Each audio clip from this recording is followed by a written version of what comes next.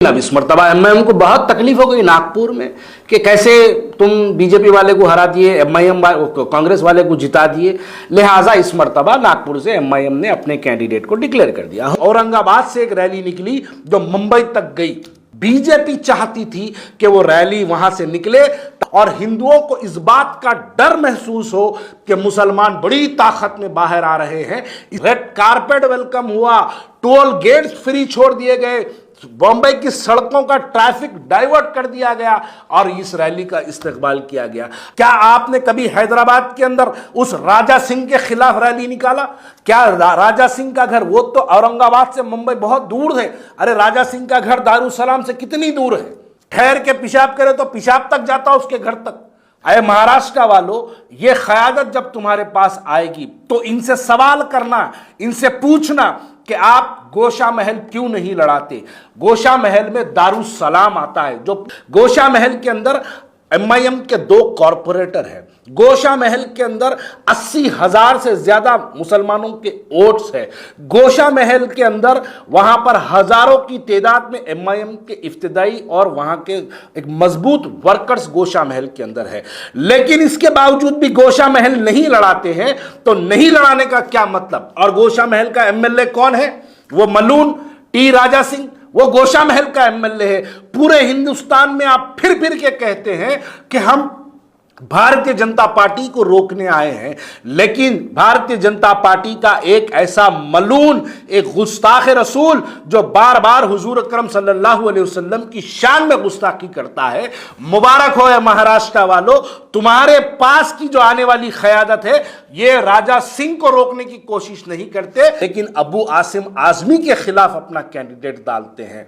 ये यहां पर राजा सिंह को रोकने का काम नहीं करते, लेकिन जितेंद्र अवध को मुमरा से हराने की बात करते हैं। अरे आप करनूल जाके एम.ए. गफ्फार को हराने के लिए कैंडिडेट डालते। आपको तेलंगाना के अंदर अजहरुद्दीन पसंद नहीं आता, आपको तेलंगाना के अंदर आमिर शकील पसंद नहीं आता, आपको तेलंगाना के अंदर फेरोज खान पसंद नहीं आता, आपको तेलंगाना के अंदर फरद खान पसंद नहीं आता, आपको तेलंगाना के अंदर शेख अकबर पसंद नहीं आता। अरे ये मुसलमाना है जो मुसलमानों की लीडरशिप को खत्म करने का काम आप करते हैं। मुसलमानों, सबसे पहले इस मुगालते से बाहर आ जाओ कि तुम्हारी लड़ाई सिर्फ मुसलमान लड़ रहे हैं।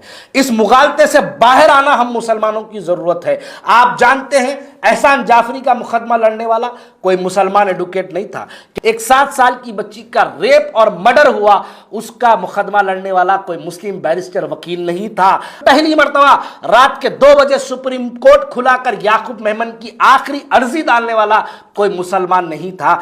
हमको अपने हिंदू भाइयों का साथ लेके उनके साथ मिलकर उनको जिताने के लिए भी काम करना पड़ेगा, साथ ही साथ अबू आसिम को जिताने के लिए काम करना पड़ेगा, तो जितेंद्र अवध को भी जिताने के लिए काम करना पड़ेगा, छोलापुर से रोटे को भी जिताने का काम करना पड़ेगा, औरंगाबाद से भी जिताने का काम करना पड़ेगा। जहां तेलंगाना, जहां मजबूत किला है, वहां नहीं लड़ते। बिहार जाके वहां पर 50 सीटें लड़ते, उत्तर प्रदेश जाके वहां पर 100 सीटें लड़ेंगे, लेकिन तेलंगाना में ये हिमाकत नहीं करेंगे। ये सब महाराष्ट्र में एमआईएम ने अपने 16 उम्मीदवारों का नॉमिनेशन डिक्लेयर हुआ है। नॉमिनेशंस वो लोग डाल चुके हैं, कैंडिडेट्स की लिस्ट आ चुकी है। अब मैं महाराष्ट्र के मुतालिक मैं नहीं समझता कि एक वीडियो में बोला जा सकता है। महाराष्ट्र को बोलने के लिए एक तवील गुफ्तगू की ज़रूरत है। बस शुरुआत करते हैं नागपुर से। नागपुर में नितिन रावत जो एक कांग्रेस के एमएलए है, जिसने पिछली मर्तबा 86,821 वोट्स उन्होंने हासिल किया। और बीजेपी वाला, देखिए नागपुर से मुसलमानों ने कांग्रेस का साथ दिया। मैं बहुत से नागपुर वालों का इस वीडियो में नाम ले सकता हूं, जिन लोगों ने, शोएब खान एडवोकेट है, जावेद साहब है, ऐसे बहुत से लोग हैं जो कांग्रेस के लिए नागपुर में अंदर काम करते हैं, कांग्रेस के लिए, जो कांग्रेस में वहाँ पे बीजेपी को हराने का काम करते हैं।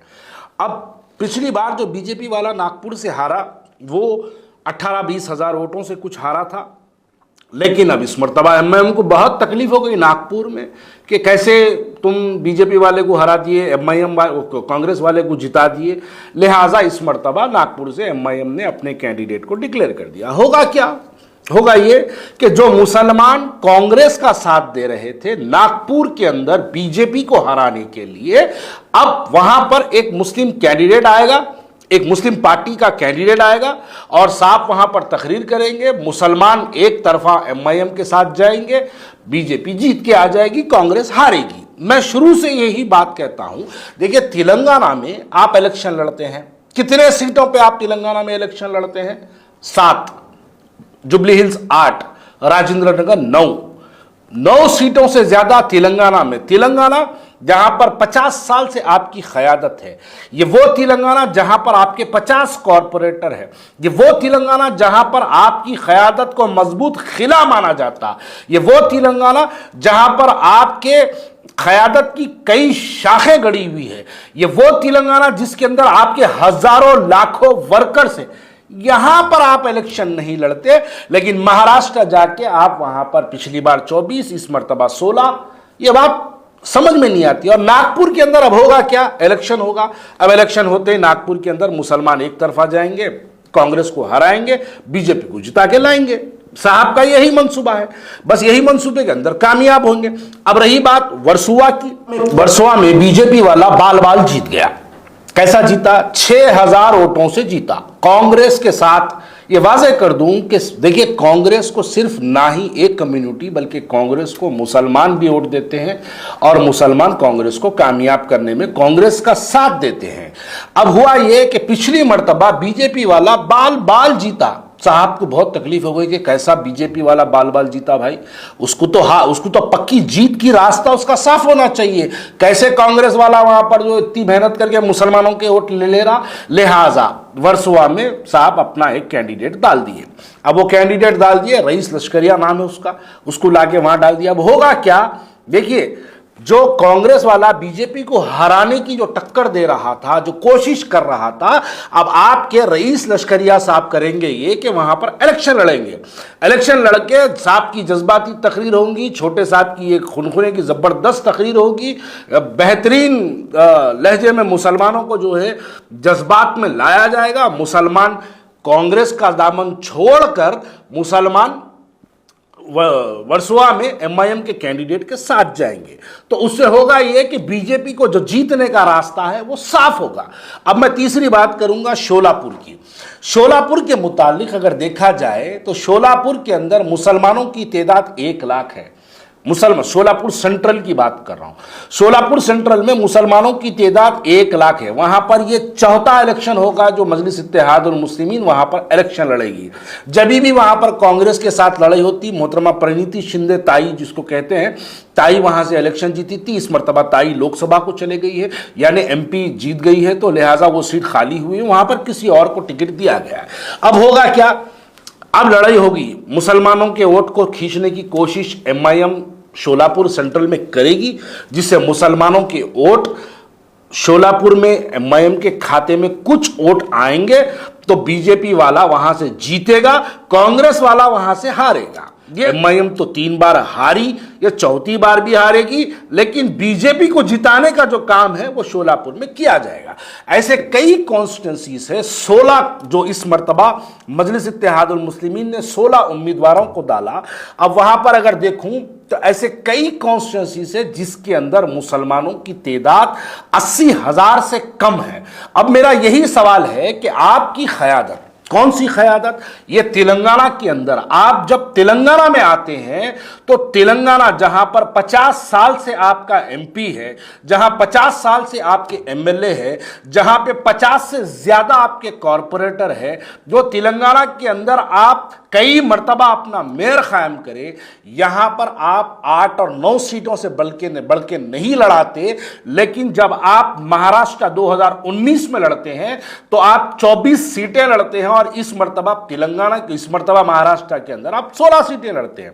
तो बताइए इसका क्या मतलब निकाला जाए? अरे जहां तेलंगाना, जहां मजबूत किला है वहां नहीं लड़ते, बिहार जाके वहां पर 50 सीटें लड़ते, उत्तर प्रदेश जाके वहां पर 100 सीटें लड़ेंगे, लेकिन तेलंगाना में यह हिमाकत नहीं करेंगे। ये सब छोड़ दीजिए, ऐसे कई सीट्स है जहां पर गोशा महल से ज्यादा देखिए, गोशा महल में 80,000 मुसलमान हैं। अरे महाराष्ट्र वालों, ये क़यादत जब तुम्हारे पास आएगी तो इनसे सवाल करना, इनसे पूछना कि आप गोशा महल क्यों नहीं लड़ाते। गोशा महल में दारुस्सलाम आता है, जो पूरे हिंदुस्तान के मुसलमानों का सियासी मरकज कहलाया जाता, वो गोशा महल, दारुस्सलाम गोशा महल के अंदर आता है। गोशा महल के अंदर MIM के 2 कॉरपोरेटर हैं। गोशा महल के अंदर 80,000 से ज्यादा मुसलमानों के वोट्स है। गोशा महल के अंदर वहां पर हजारों की तादाद में MIM के इफ्तिदाई और वहां के एक मजबूत वर्कर्स गोशा महल के अंदर है। लेकिन इसके बावजूद भी गोशा महल नहीं लड़ाते हैं। तो नहीं लड़ाने का क्या मतलब? और गोशा महल का MLA कौन है? वो मलून टी राजा सिंह, वो गोशा महल का MLA है। पूरे हिंदुस्तान में आप फिर फिर के कहते हैं कि हम भारतीय जनता पार्टी को रोकने आए हैं, लेकिन भारतीय जनता पार्टी का एक ऐसा मलून, एक गुस्ताख रसूल जो बार बार हुजूर अकरम सल्लल्लाहु अलैहि वसल्लम की शान में गुस्ताखी करता है। मुबारक हो महाराष्ट्र वालों, तुम्हारे पास की जो आने वाली क़यादत है, ये राजा सिंह को रोकने की कोशिश नहीं करते, लेकिन अबू आसिम आजमी के खिलाफ अपना कैंडिडेट डालते हैं। ये यहां पर राजा सिंह को रोकने का काम नहीं करते, लेकिन जितेंद्र अवध को मुमरा से हराने की बात करते हैं। अरे जितेंद्र अवध को मैं बदनसीब कहूंगा कि जितेंद्र अवध को हिंदू मुसलमान कहता है, मुसलमान हिंदू कहता है। बेचारा जितेंद्र अवध दिन और रात मुस्लिम कम्युनिटी के अंदर काम करता है, उसके खिलाफ लेके जाके आप अपना कैंडिडेट मुमरा से डाल देते हैं और कहते हैं कि यहां पर MIM को जिताने का काम करेंगे। मुसलमानों, जितेंद्र अवध का जब नाम आया है तो मैं कुछ बातें आप लोगों के सामने रखना चाहता हूं। मुसलमानों, सबसे पहले इस मुगालते से बाहर आ जाओ कि तुम्हारी लड़ाई सिर्फ मुसलमान लड़ रहे हैं। इस मुगालते से बाहर आना हम मुसलमानों की जरूरत है। आप जानते हैं, एहसान जाफरी का मुकदमा लड़ने वाला कोई मुसलमान एडवोकेट नहीं था। क्या आप जानते हैं, एक 7 साल की हमारी बच्ची जो कश्मीर के कठुआ डिस्ट्रिक्ट में, जिसका नाम आसिफा था, एक 7 साल की बच्ची का रेप और मर्डर हुआ, उसका मुकदमा लड़ने वाला कोई मुस्लिम बैरिस्टर वकील नहीं था। क्या आप जानते हैं, हिंदुस्तान की तारीख में पहली मर्तबा रात के 2 बजे सुप्रीम कोर्ट खुलाकर याकूब मेमन की आखिरी अर्जी डालने वाला कोई मुसलमान नहीं था। क्या आप जानते हैं, ट्रिपल तलाक पर राज्यसभा के अंदर बिल को रोकने का काम किसने किया? उसके अंदर कोई मुसलमान नहीं था, उसके अंदर मल्लिकार्जुन खड़गे था। क्या आप जानते हैं, NRC के वक्त लोकसभा और राज्यसभा के अंदर अपनी ताकत बताकर बिल को रोकने का काम करने वाले कोई मुसलमान नहीं थे। ये जो मुसलमान जो अपना बिल का ड्रामा करे, ये तो पेपर फाड़ के निकल गए, लेकिन ताकत का मुजाहरा करने वाले मुस्लिम MP से ज्यादा वहां पर हमारे हिंदू मेंबर ऑफ पार्लियामेंट थे, जो मुसलमानों के लिए पार्लियामेंट के अंदर लड़ते हैं। क्या आप जानते हैं, अतीक अहमद और अशरफ अहमद का मुकदमा लड़ने वाला कोई मुसलमान वकील नहीं था।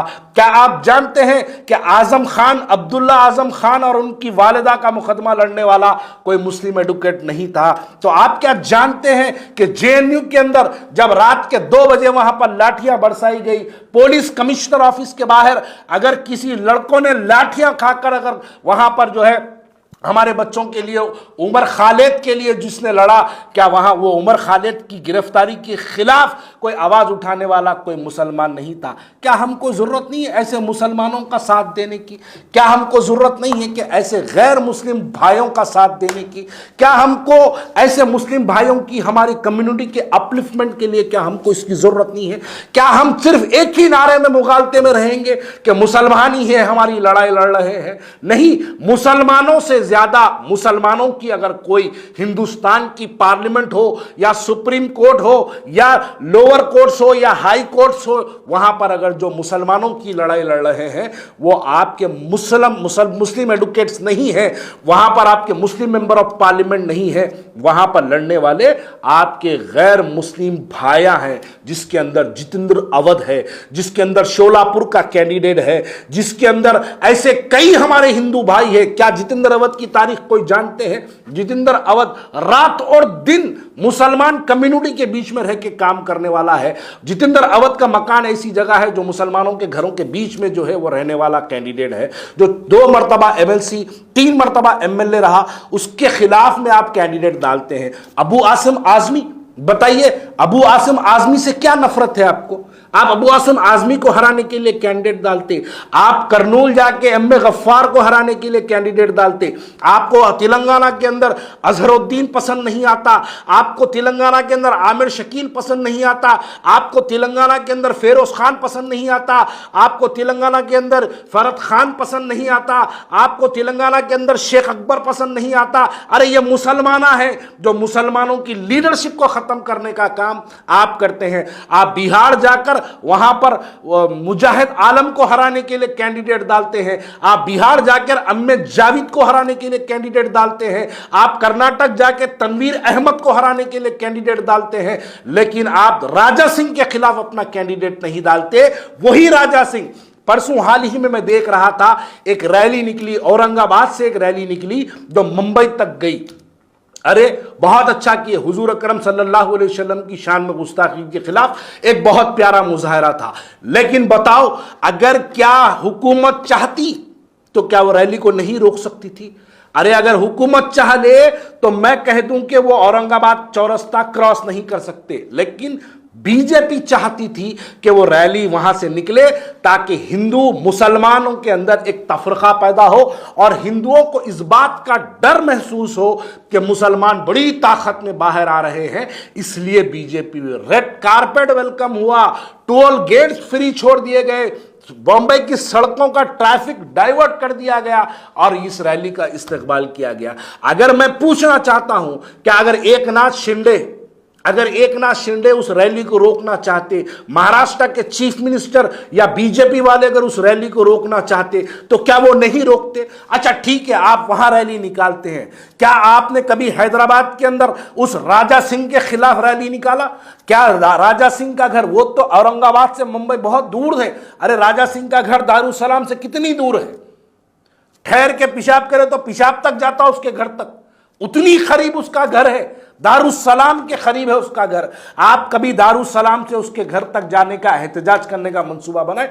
जो नौजवान बच्चे राजा सिंह के खिलाफ सड़कों पे उतरे थे, पुलिस की लाठियां बरसाई गई उनके ऊपर, आप खामोशी इख्तियार करें।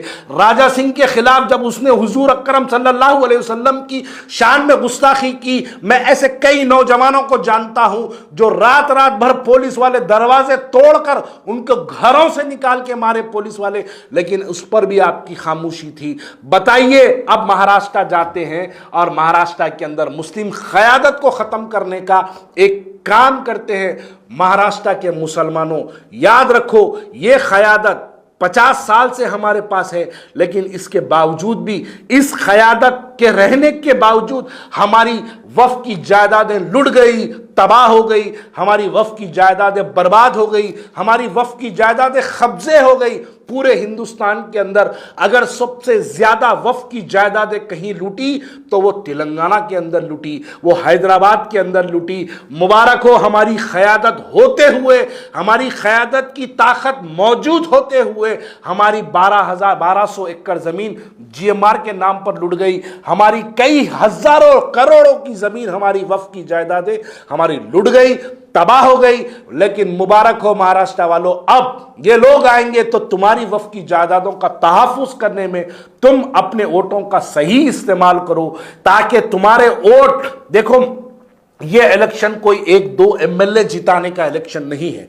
इस इलेक्शन के अंदर आप 1-2 MLA जिताएंगे तो इसके मतलब यह नहीं है कि अपलिफ्टमेंट ऑफ कम्युनिटी हो। मुसलमानों, हुकूमत में हिस्सेदारी अपनी बनाओ, हुकूमत के अंदर अपने आप, यानी जो शख्स चीफ मिनिस्टर बने उसको इस बात का एहसास हो कि ये मुसलमानों के वोटों से वो चीफ मिनिस्टर बना, ताकि मुसलमानों के वोटों की अहमियत हो। हमारे तेलंगाना के अंदर, हमारे शहर तेलंगाना, हमारे तेलंगाना स्टेट के अंदर मुसलमानों ने एक बहुत बड़ी गलती की थी। मुस्लिम क़यादत कांग्रेस के खिलाफ अपने वोट का इस्तेमाल करने की ऐलान किया था, उलमाओं ऐलान किए थे। आज हमारे पास हुकूमत तेलंगाना में कांग्रेस की बन गई, ऐलान आपका रद्द हो गया, लेकिन आज मुसलमानों की तेलंगाना के अंदर कोई अहमियत नहीं है।